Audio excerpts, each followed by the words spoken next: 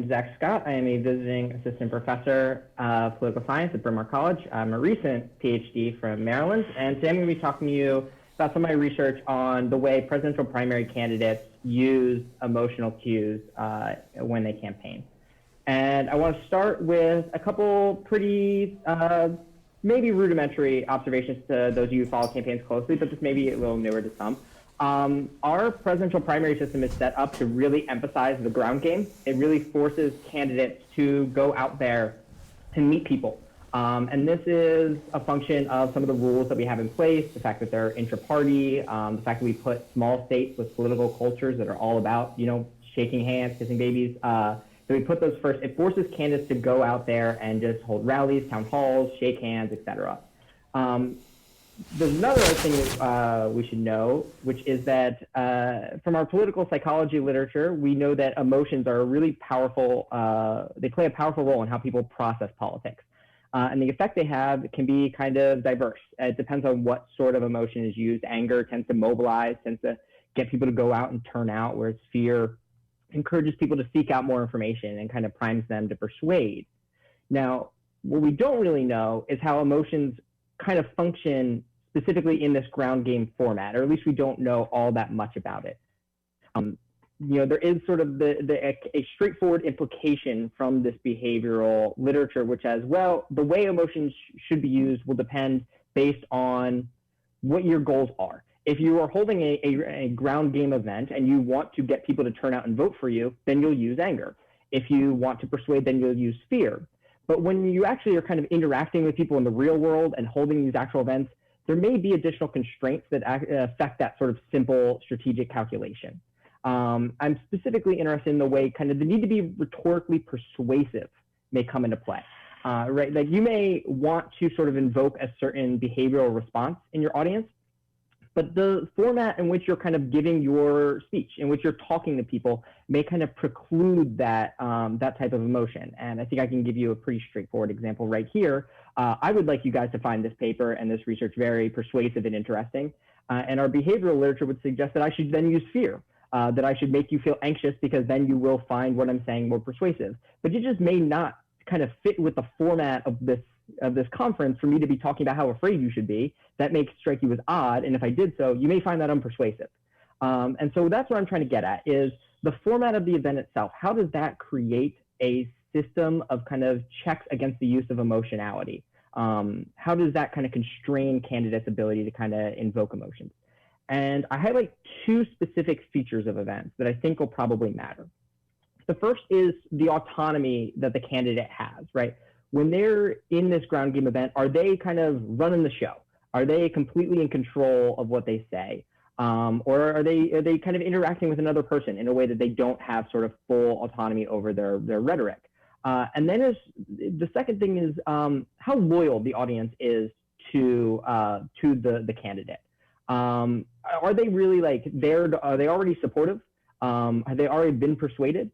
Or are they, more on the fence? Or even are they just like, they're never going to really kind of go along with the candidate? How do these sort of features of a ground game event, of a campaign event, affect a candidate's ability to use emotionality when they're kind of, going ahead and giving their remarks?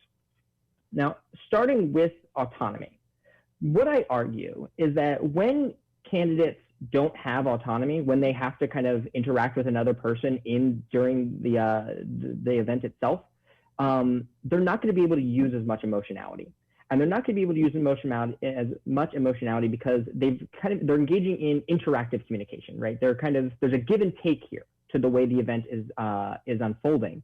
And when there's a give and take, if you try to kind of be very explicit with emotional appeals, if you try and kind of very just explicitly like invoke anger or fear, it doesn't flow with sort of equality of the conversation. You're no longer engaging with the audience as sort of equals. You're telling them how to feel, and that feels very just wrong for how sort of these events should be unfolding.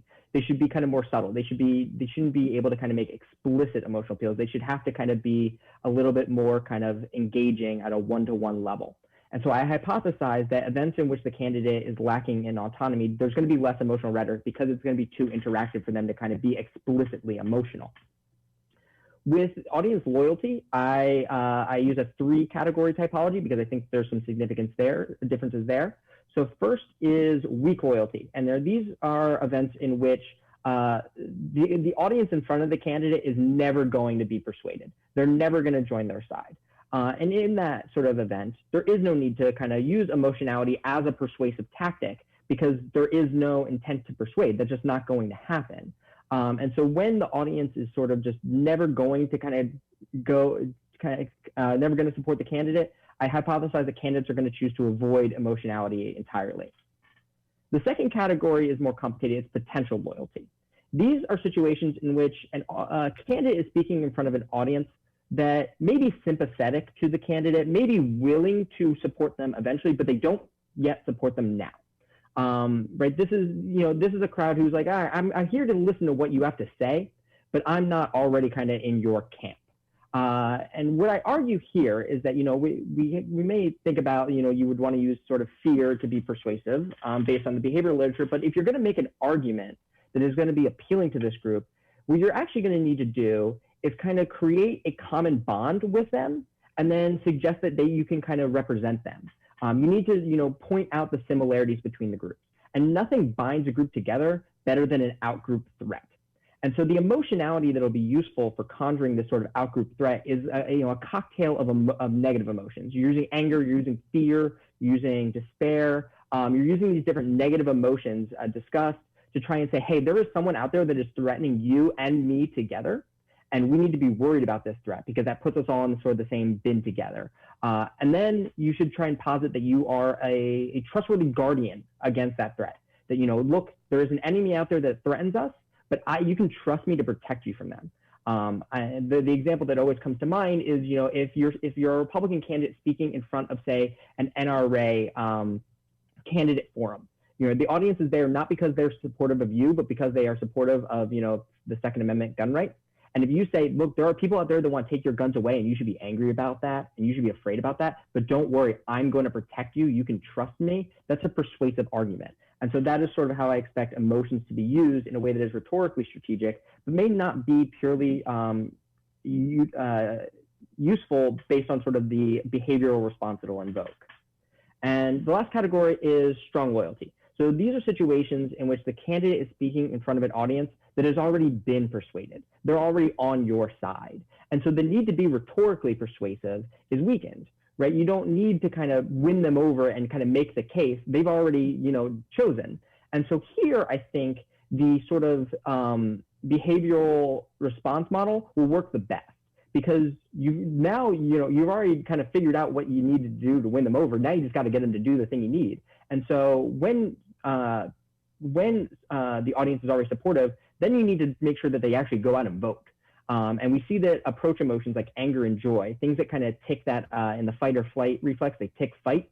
They kind of prompt people to be active. Those will be the emotions that get used in this environment because the audience is already on your side. So now you just need to get them to go do what they need to do. And you'll avoid emotions that kind of lead to that flight reflex. This is fear and surprise, things that prompt people to kind of pause and gather more information. You're going to avoid those emotions. So you don't want to kind of cue that in your audience. Now, I do think that while the need to be rhetorically persuasive is weakened in these sort of environments, it doesn't disappear entirely. Specifically, I think that there's a good chance that candidates will use a lot of positive emotions because they want to kind of reaffirm the choice. Right? Primaries are very long. And so even though the audience is supportive of you now, you have to kind of worry that maybe they'll have some second thoughts later on. And so you'll use positive emotions to get them to go, no, this was a good choice. I chose right. So this is a lot of hypotheses, 7 by my count. How am I going to test all these? So first, I need to kind of build a corpus of when presidential primary candidates are talking at campaign events. And to do that, I primarily rely on the C-SPAN video archives. I pulled transcripts from presidential primary campaign events for every candidate from 2000 to 2020. It's more than 3,300 transcripts, quite a significant database that lets me kind of test a bunch of these hypotheses. And I measured the amount of sort of emotional cues in these transcripts using the MLX emotional sentiment dictionaries. And these dictionaries contain 4 for negative emotions and 4 for positive emotions. Now, some of my hypotheses refer to kind of emotionality in general or like positive emotionality in general. So I create additive measures as well. So I kind of sum these 4 negative emotions and these 4 positive emotions into separate measures. So I have 10 different measures of emotionality, and these serve as my dependent variables. Now, for my primary independent variables, to measure sort of the autonomy and the loyalty of the audience, I use a typology of the type of event. And so I have 4 different types of events that candidates engage with, and they all kind of vary on these domains. So the first one are rallies, and I have a video here that is an example of a rally that I'd like us to watch. I see our big cities once again shining and beckoning with creativity and ingenuity, with American companies offering American jobs. I have a vision for an America beyond partisan squabbling, beyond petty divisions. With your help, this message will ring from coast to coast. A message of liberty, justice, and personal responsibility. A message that will gain support from across the political spectrum. A message that will prevail, and a message that will ultimately carry your message of liberty to the White House.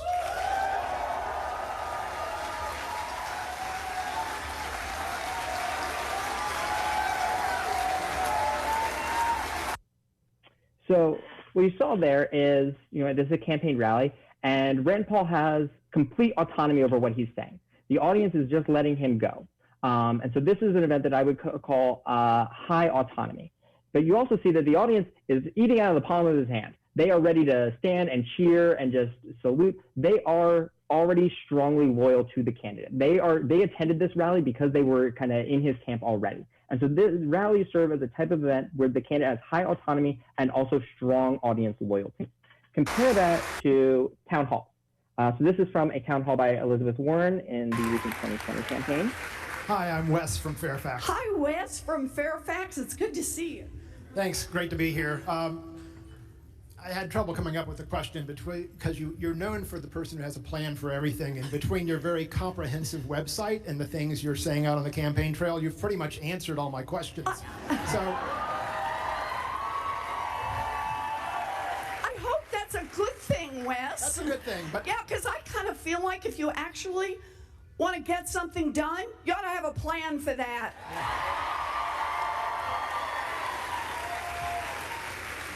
But I am going to take advantage of being here to ask you to Sure. step back and boil it down for me. If you had to pick one single thing to do to improve our nation's security, what would that be besides removing the current incumbent?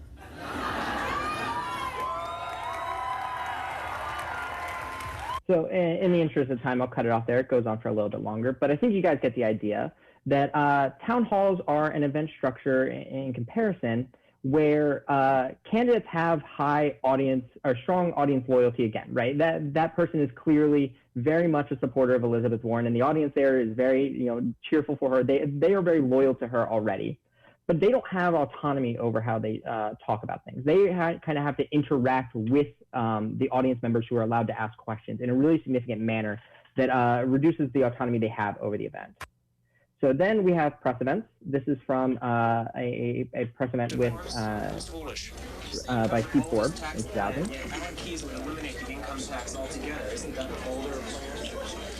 Well, either the flat tax or the sales tax would be better than what we have today, but the sales tax still has some very real challenges, which can be summed up in the words, we can get it for you wholesale. A national sales tax, depending on what you choose to exempt, would range from 20 to 35%. The one he's talking about has an effective rate, when you look behind the rhetoric, of 30%. Okay, and here you can see very different than the previous two.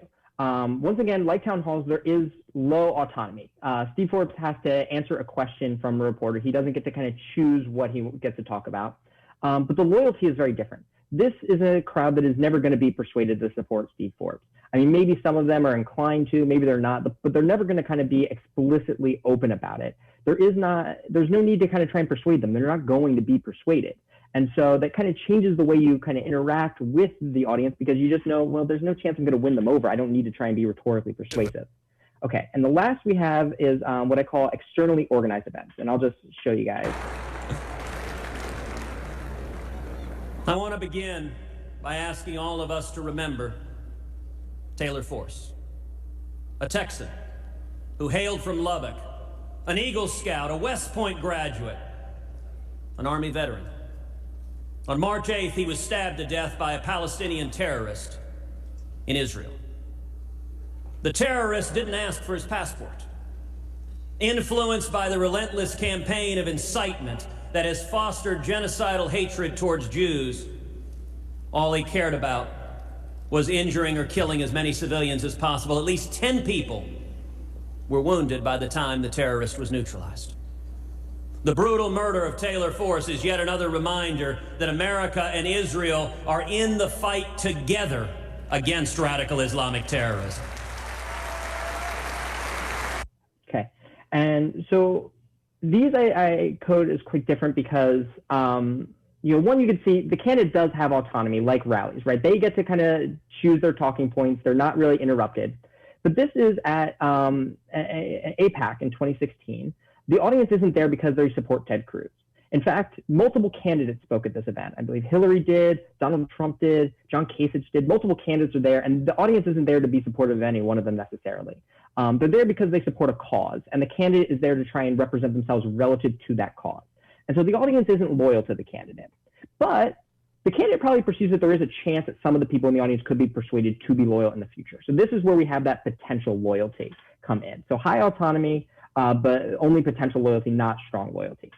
Now, these different event types correspond to my specific independent variables. I have a number of control variables I include. Some are about sort of the attributes of the candidate. Are they a Republican or Democrat? Their race, their gender, their poll standing. Some correspond to the campaign itself. How competitive is the election, for example. I include some election year fixed effects, right? Some years just the candidates may be angrier or more joyful than others. I also include candidate mixed effects. So that is to say that, maybe Ted Cruz is just a particularly angry person. I give him a separate intercept. And the dependent variables are all continuous, so I use OLS regression. So for the results, I have here the coefficient plots. These are for the negative emotions, the positive are on the other slide, and rallies are treated as the excluded category. So all of these coefficients are relative to rallies.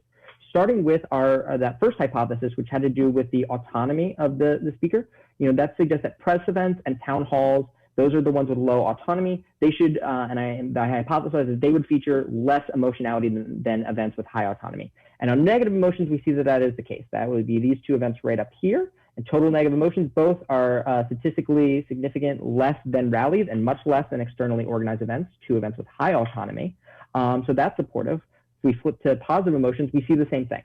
Much less positive emotions by press events, significantly less from town halls as well, compared to both types of events where candidates do have autonomy. And so our autonomy hypothesis finds some pretty significant support. Now we move on to sort of the loyalty of the audience, and I started with weak loyalty. And so that corresponds to our press events. So that's the green one here, and we hypothesize that candidates should use less emotionality in those events in general. And once again, we did see that press events use less than rallies or externally organized events, although they don't use less than town halls, an event that does have strong loyalty. So that's interesting, although, it is worth keeping in mind that town halls also low autonomy. So the fact that, town halls will be lower than other types of events is expected, but the fact that press events aren't significantly lower than that is a little bit against what I would hypothesize. But when we look at positive emotions, the results are clearly there. Press events use way fewer positive emotions than any other type of event, matching our hypothesis. And if we were to sum negative emotions, that would kind of come across between them because the difference with positive events is so big. Next, we move on to our potential loyalty events. So these refer to our externally organized events, the red coefficients, and I hypothesize that they would be very high in negative emotions. And we see that is the case. They use way more than any other type of event choice, and that's consistent across all of the different types of negative emotions. So even though, that quick behavioral implication would be, well, they'll use a lot more fear, but not necessarily more anger. They do use more fear, but they do use more of the other negative emotions as well, which is consistent with my you need to create an outgroup threat, a boogeyman hypothesis. And when we turn to positive emotions, we see that, as hypothesized, externally organized events use more trust than any other type of event. Positive, very significant. And what's more interesting is that they use less of every other positive emotion. And less, not statistically significant, but less of positive emotions in general. Trust is the only one where they are sort of more than normal. Then finally, we look at high loyalty. What I said here is that we should see high levels of approach emotions in town halls and in rallies, low levels of fear and surprise, emotions that kind of kick that flight reflex, and then high positive emotions in general.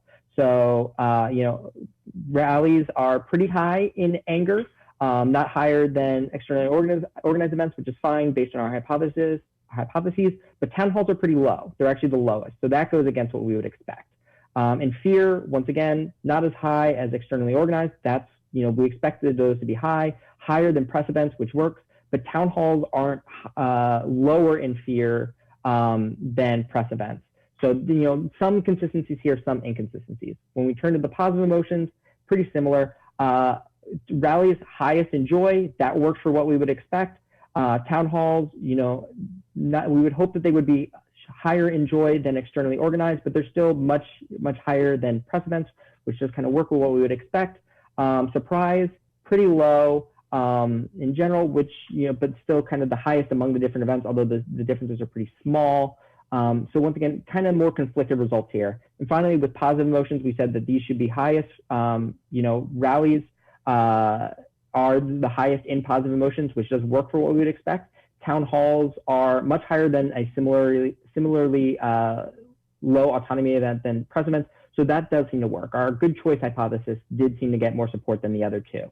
So over time, so I will just wrap up by saying that, yes, it does seem that the format of campaign events displays a clear relationship with the use of emotional rhetoric. And hopefully this will kind of kick off some more thought about how that might matter and how we should structure our primaries moving forward in a way that can kind of create a more normatively desirable emotional environment. Thank you for your time, and I look forward to comments. Thank you so much there, Zach. And now let's turn again to our discussant, Jennifer Howie, who's on board to talk about this paper. All right, great. Thank you so much for that really interesting presentation.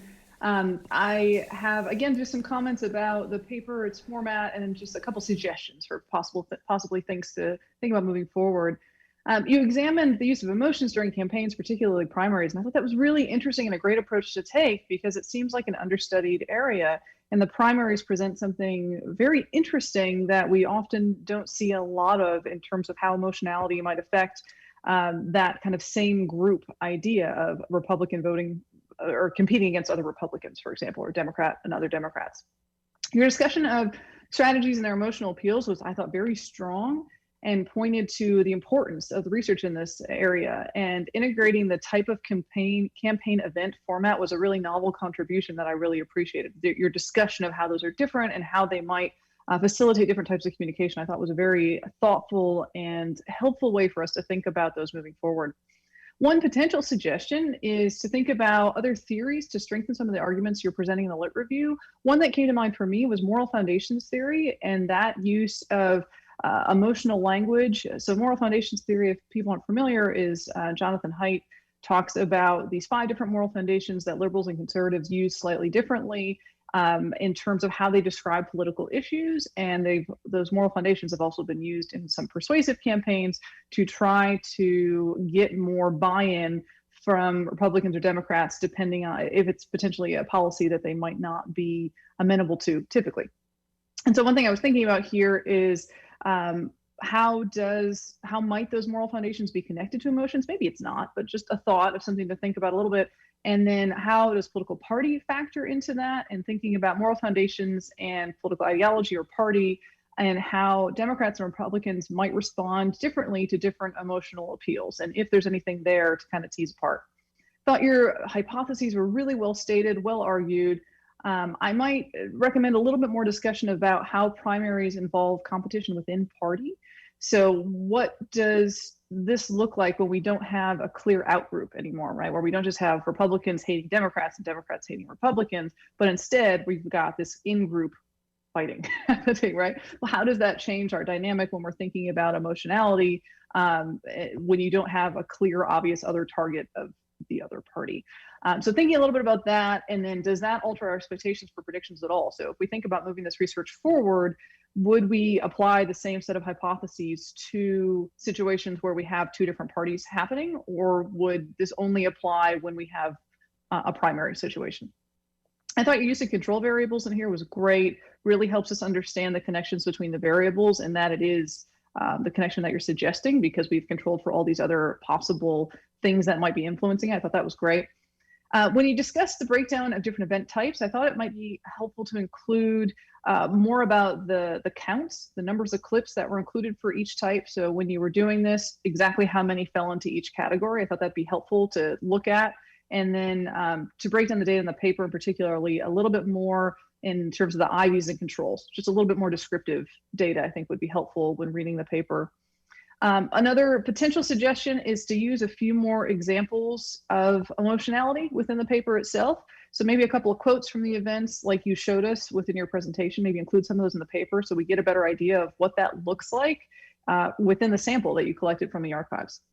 I'd suggest starting your discussion with a little bit more of a recap of the study's purpose, because sometimes readers get fatigued by the end, and so you want a little brief recap of here's what we're doing here, just to kind of get us all on the same page again. So it's a very minor concern, but something that might help a little bit.